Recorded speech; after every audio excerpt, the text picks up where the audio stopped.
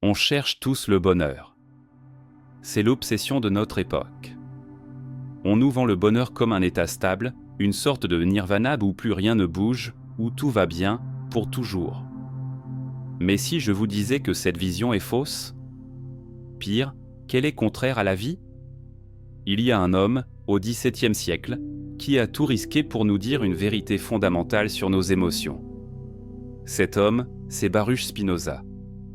Et sa définition de la joie va probablement changer votre manière de voir votre propre existence. Spinoza écrit dans l'Éthique, la joie est le passage de l'homme d'une moindre à une plus grande perfection. Pas un état. Un passage. Pas juste du plaisir. Une perfection. Aujourd'hui, sur l'art de la réflexion, on décortique cette phrase pour comprendre comment augmenter, concrètement, votre puissance d'exister. Bienvenue.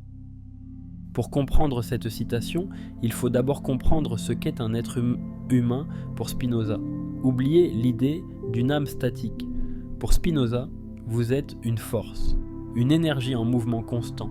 Il appelle cela le conatus. C'est l'effort pour persévérer dans son être.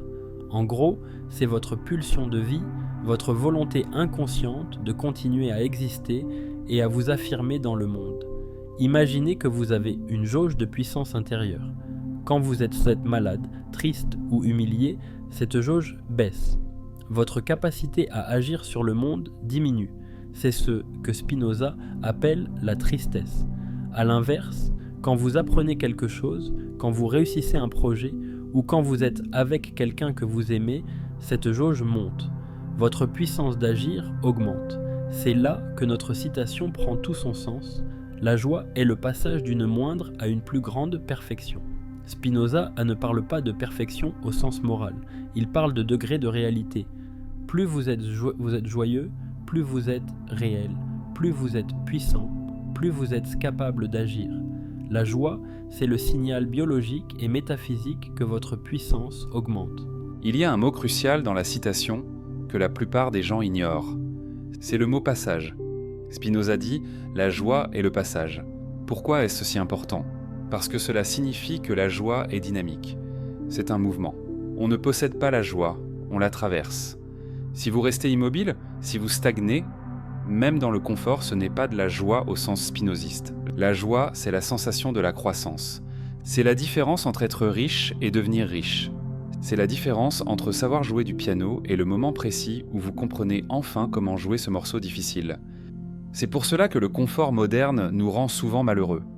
On a tout, mais on ne passe plus vers une plus grande perfection. On stagne. Pour Spinoza, la vie est une variation continue. Nous sommes comme des vagues. Parfois notre puissance monte, joie, parfois elle descend, tristesse. Le but de la vie éthique, ce n'est pas de figer la vague en haut, c'est impossible, mais de favoriser les rencontres et les actions qui nous font monter, qui nous font passer à l'étage supérieur. Attention, il y a un piège, et Spinoza est très précis là-dessus. Toutes les joies ne se valent-elles pas? Si je gagne au loto, ou si je bois de l'alcool, ma puissance augmente, non? Oui, mais temporairement et de manière illusoire. Spinoza distingue deux types d'affects, les passions et les actions. La joie passive, c'est quand ma puissance augmente grâce à une cause extérieure.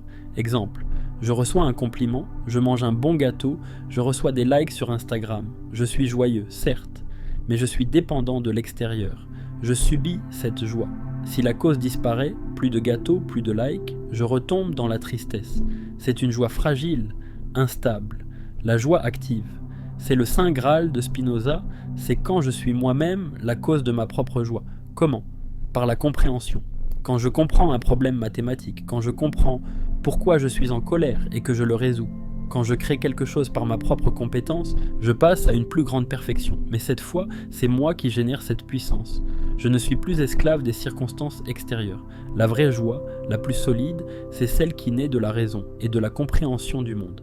C'est ce que Spinoza appelle la béatitude, la joie de connaître. Alors, comment utiliser cette phrase de Spinoza dans votre vie dès ce soir? Utilisez la joie comme un baromètre ou un compteur Geiger. Dans votre journée, observez vos interactions. Ce collègue qui se plaint tout le temps. Après lui avoir parlé, sentez-vous votre énergie monter ou descendre? Si elle descend, c'est une tristesse, un passage à une moindre perfection. C'est une mauvaise rencontre. Spinoza vous dirait « fuyez ou changez la dynamique ».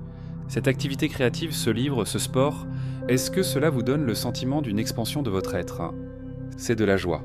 C'est une bonne rencontre. Organisez votre vie pour multiplier ces rencontres. Ne cherchez pas le bonheur comme une destination finale. Cherchez le mouvement. Cherchez ce qui augmente votre capacité d'agir.